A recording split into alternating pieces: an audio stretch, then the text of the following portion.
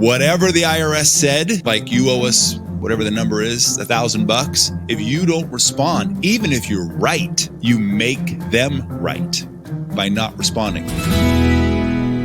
Hi, welcome to Stacks Over Tax. And I'm Sterling Grace, and with me is Mark Lewis. And today we are going to talk about, dun dun dun, the IRS. Yay. Yay. So, Mark, why don't you tell people what an EA is? Oh, an enrolled agent. Yeah, a lot of people see the two little letters after my name, and they're like, so you work for the IRS? I was like, well, no. And in fact, when I first found out what it was, I'm like, oh, IRS agent, we better be careful. They're counting our income or something. It's like, no. It just means that, and I don't actually know why they use these weird words just to confound people, but it is what it is, I guess. But enrolled agent means I'm somebody, and those of us who have it, we're somebody who can represent taxpayers to the IRS. And it's unlike being a CPA where you're just an accountant. You're a certified public accountant, but I and enrolled agents have the highest form of credentials that the IRS gives professional tax preparers. We can work in all 50 states. We can advise you on anything tax, not just doing your taxes, but tax planning, anything to do with tax law. We can do all that stuff. And so it's a very unique credential that only the IRS offers. And so it's cool. How about that? I love it. Well, this makes you super qualified for the question that we got today, which is all about what to do when you get a letter from the IRS. Because, in business, you're going to send them some mail, they're going to send you some mail, but most people completely lose their mind when they see that little stamp on the outside and they toss it over with the bills and they try to forget, like it just, maybe it'll disappear if they don't look at it. But why don't you tell us a little bit about a great way to respond or deal with the IRS when they happen to send letters or however they communicate? Well, that reminds me of somebody asked Gandhi, they're like, well, what do you think of Western civilization? And he goes, I think it'd be a good idea. So when you say, what's a good way to respond to the IRS? Well, maybe just respond. Let's just start there.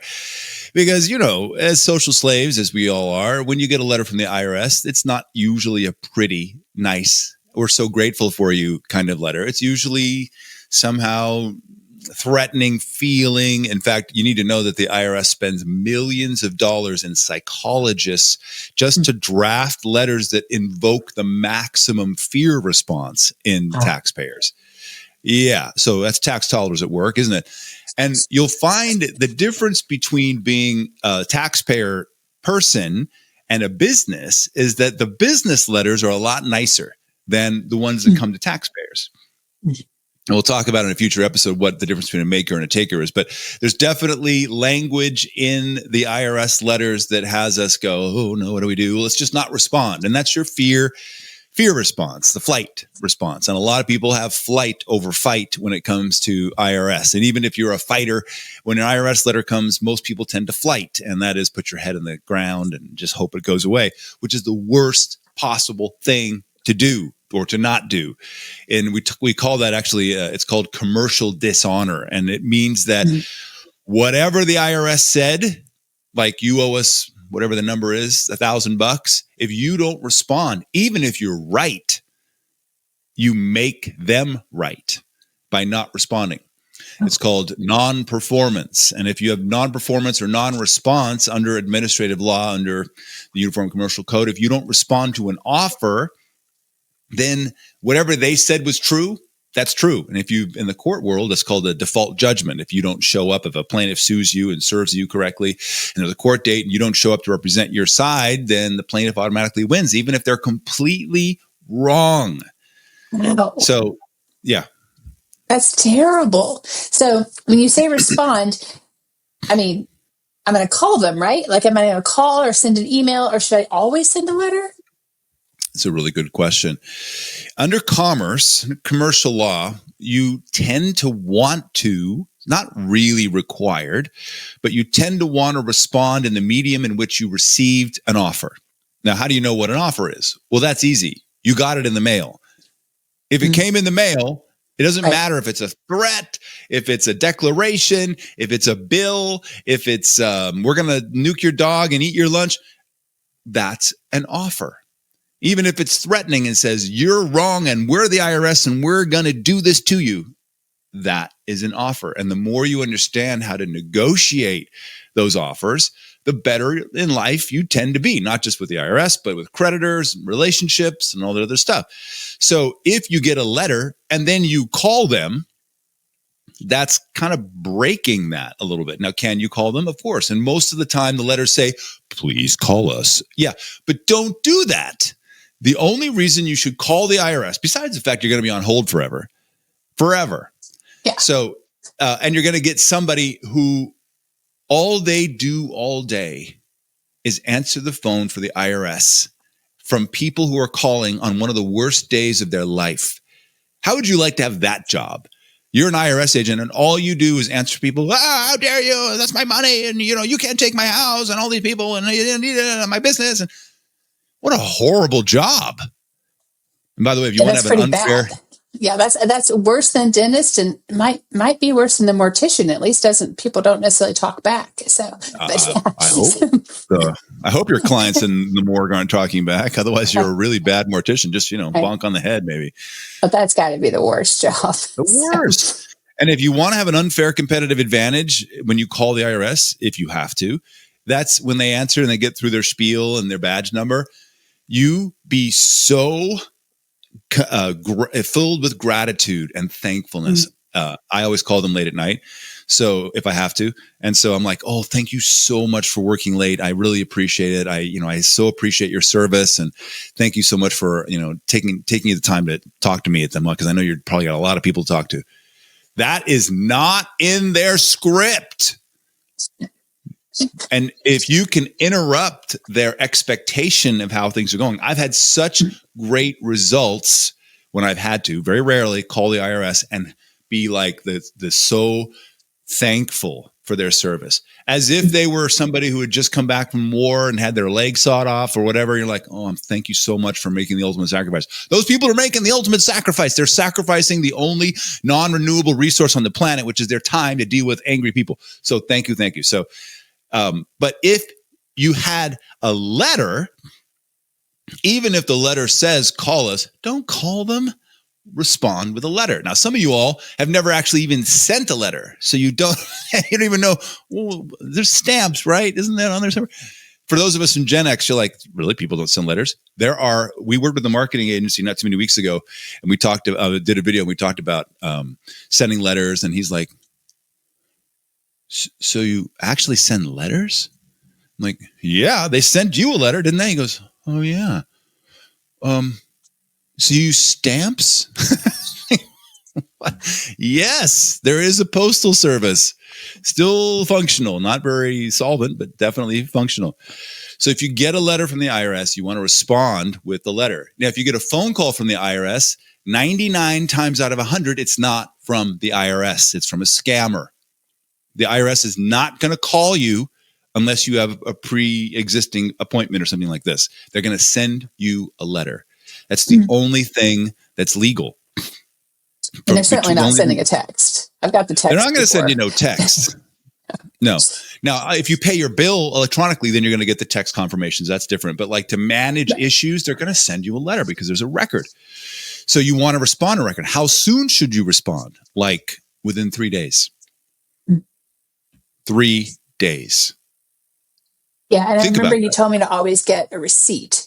So I should not only send it via the mail, but I should get a certified receipt for anything that I send, so I can prove, if I ever need to prove, that I did send the communication. So I just sent off all my S Corps and partnership returns before the deadline, which was today, March 17th, 2025. So there's no record that I sent it unless I have what's called certified and then a return receipt. Now, you can do this via email, but I never do. I put the little green cards, or like little postcards. You pay a little extra for them. They actually get attached to your letter, envelope, whatever. Yeah. And then you have a certified document that gets stamped by the post person there. And then you get a thing that says, I sent it. but it's not really legitimate until there's proof that they received it. See, if it got lost in the mail, and then they could say, well, we never got it. Yes, you have a green card, a little green thing that says certified mail. There, I sent it. But there's no real connection between the parcel you sent and that green card, unless you have some identifying number. But who's to say, because it was lost in the mail. But if you have a green card that's attached to that parcel, when the IRS gets it, or anybody else, they'll get it, and then they have to sign that little green card to receive it. Once they receive it, they tear it off and they mail it back to you. Now you know that they got it on this particular day at that postal address, whatever. So when they say, well, we never got it, you're like, what's this green card mean? It means you got it. And it's not when they received it that matters. It's when you posted it. But if they never got it and you don't know, they could argue a whole bunch of things. So always send not only certified mail, but green card receipt, return receipt. And then you'll know they got it, or they didn't. Maybe they really didn't get it. And then no one has the green card. And if you can't produce the green card or an email, then you have to send it again. Yeah, I always leave the receipt in my handbag until I get the green card back in the mail, because it does take a little while sometimes, and the mail's slower in Los Angeles than mud, frankly. But I leave it in there just to keep reminding me, and I don't put it away and then when I do put it away, I put it away with the taxes for that year so that I can find it again should I actually need to be able to show that I did send it. So made that mistake a few times in life, with just sending other things.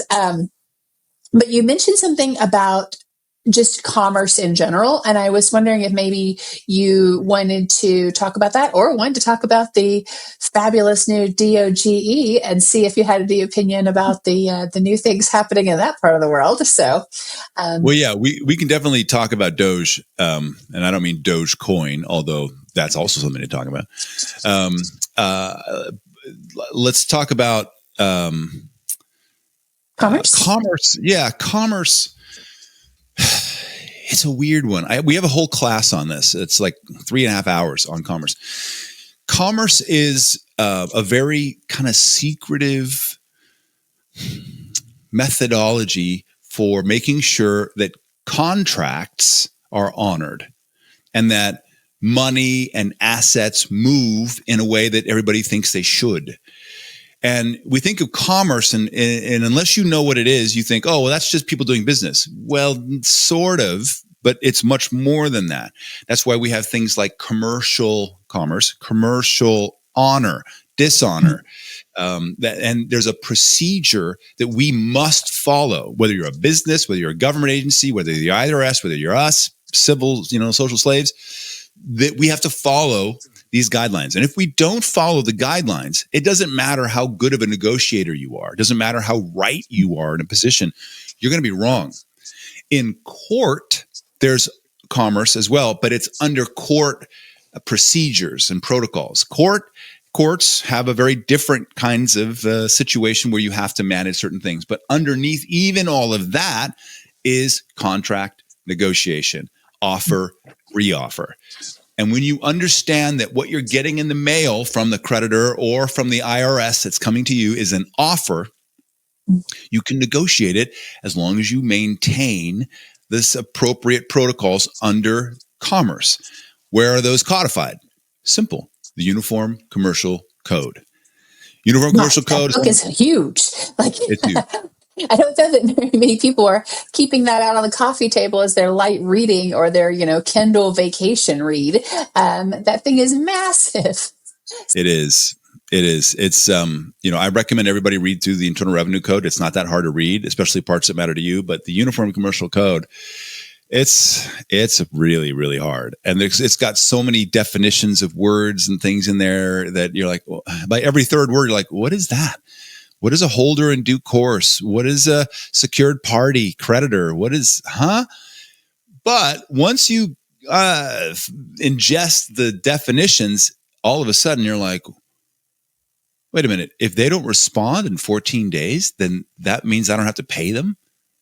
You mean I can sign someone else's name on a check and not say that I'm the representative, and they still have to honor the checking account for the person I signed for? Still, it's a good check, even if I forged their signature.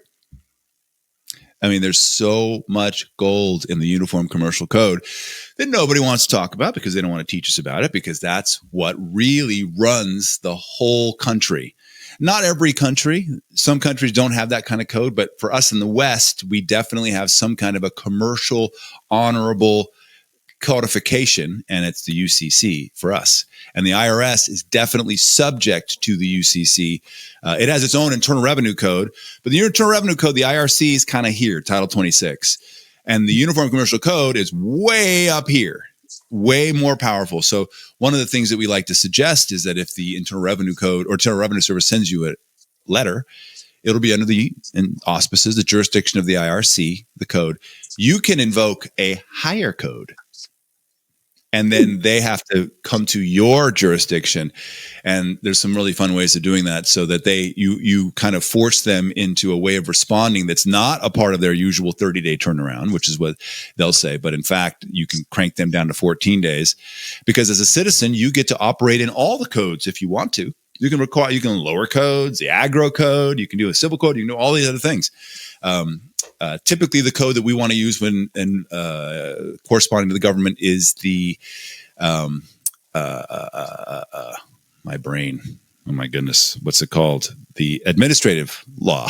Wow, administrative law is where citizens interact with the government.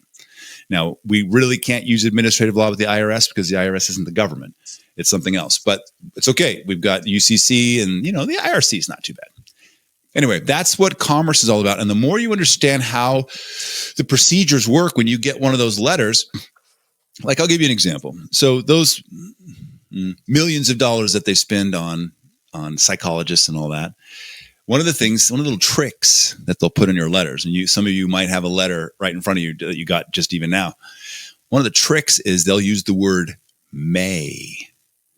Well, if you owe taxes, we may take your bank account. We may take your dog and nuke your house and eat your lunch. We may take your passport. Now, a lot of people believe that means, oh, then they will. But that's not what that means. May is a binary which is fused inextricably with also may not. So anytime we hear the word may, and I don't mean like the month of May, I mean like we may do this, you should also in your mind think, or they may not. Because there's always an if. There's an if, then may. If you owe taxes, then we may or may not do XYZ. If you don't pay on your payment agreement that we have with you, then we may seize your passport. Or they may not. And also it's always under if. Well, if you owe taxes. Well, if I don't, then I guess you may not. Well, if you don't do this, then we're going to do this. Okay, but if I do it, then you won't. Then you may not. So there's so many little trigger words in these letters, the if, and and then my other ones, as you get down to this, usually that second page where they're like, Internal Revenue Court has repeatedly and unswervingly ruled against taxpayers who avoid tax and do not report all of their income and have served up to $10,000 and serve 5 years in prison. And this is exactly how it will be with you if you owe tax. And it's like, thanks for the history lesson. What does this have to do with me? Nothing. It's just grind the fear. We're going to grind that fear. And it's like, wow, guys, just tell me that I owe you some money. You don't have to get on the high horse. In business, we don't see those letters that way. Why? Well, because they know that you can bankrupt a business and you're all walking away scot-free for the most part. And business runs the economy. So if they piss off loop a bunch of people in business into commercial dishonor and non-performance, non-response, then they're like, shoot, we just lost somebody that was kind of a maker in the economy. I mean, we shouldn't have done that.